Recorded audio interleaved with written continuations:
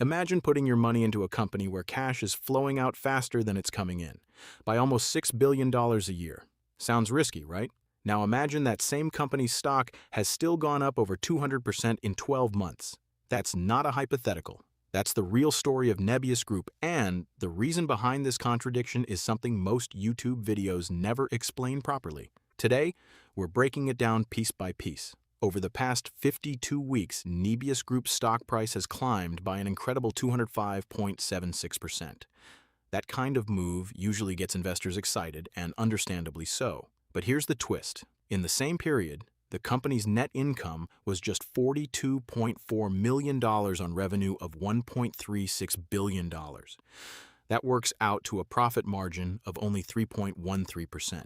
So the stock is soaring, but the actual profit engine underneath it is barely turning.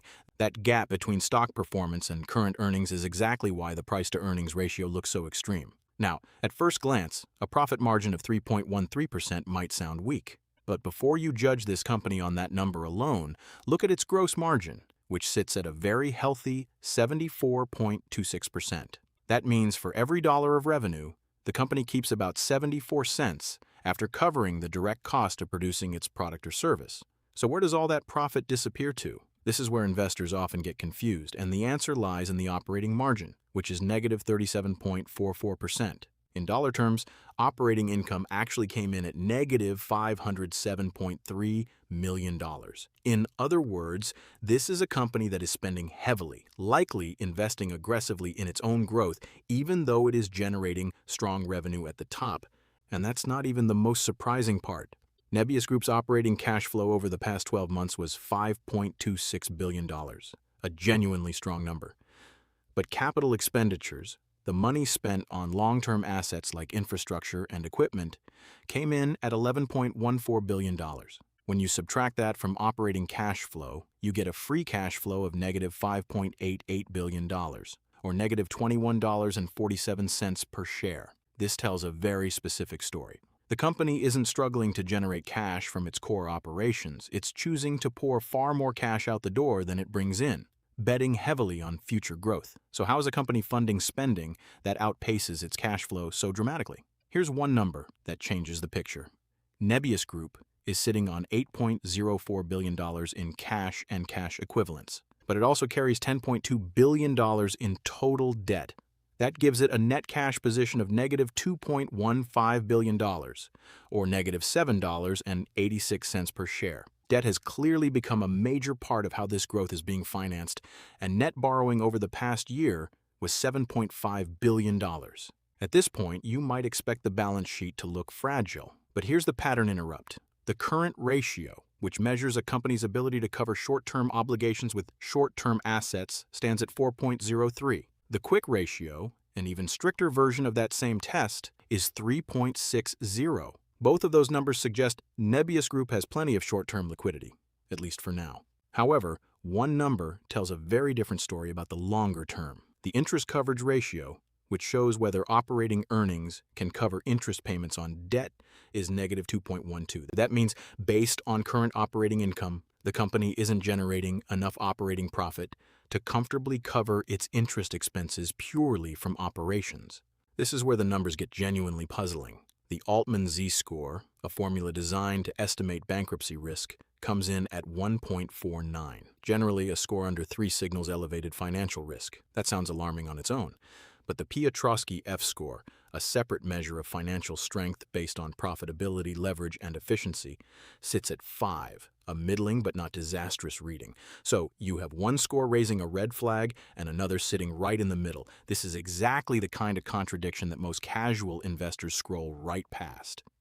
Let's talk about efficiency for a moment, because this number surprised even seasoned analysts.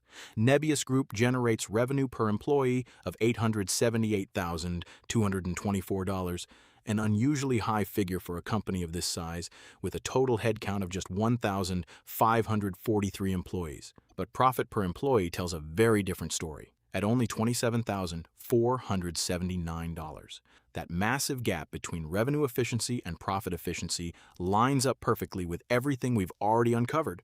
Strong sales, strong gross margins, but heavy spending eating into what actually reaches the bottom line. Now, Here's something that might surprise you even more. Despite everything we've just walked through, 9 analysts currently rate Nebius Group a buy, with an average price target of $274.57, which is 30.18% above where the stock currently trades. Analysts are also forecasting 3-year revenue growth of 248.18%. So while the current financials show heavy spending and negative profitability metrics like a return on invested capital of negative 4.10% and a return on equity of just 0.60%, the forward-looking expectation from Wall Street is dramatically more optimistic. But before you lean too far in either direction, consider one more twist. Short interest on Nebius Group currently sits at 60.2 million shares, which is 21.96% of all outstanding shares and 26.33% of the available float. That's a significant number of investors actively betting against this stock, even as analysts publicly favor it. Meanwhile, the 50-day moving average sits at $222.87, above the 200-day moving average of $149.75, showing strong recent momentum, while the relative strength index sits at a neutral 47.65, suggesting the stock isn't currently overbought or oversold. So where does that leave us? On one hand, Nebius Group shows real strengths: a very high gross margin, strong short-term liquidity, aggressive revenue growth expectations, and a bullish consensus from covering analysts. On the other hand, the numbers reveal real risks too. Negative operating income, negative free cash flow, a heavily strained interest coverage ratio, a concerning Altman Z-Score, and a valuation that on a pure earnings basis is extraordinarily high. This is a company clearly in an aggressive investment phase, spending far more than it currently earns, funded partly by debt, while the market prices in a future that hasn't arrived on the income statement yet. The real question is this: will Nebius Group's heavy spending eventually convert into the kind of profits that justify today's valuation? Or is the market pricing in a future that the current numbers simply haven't caught up to yet?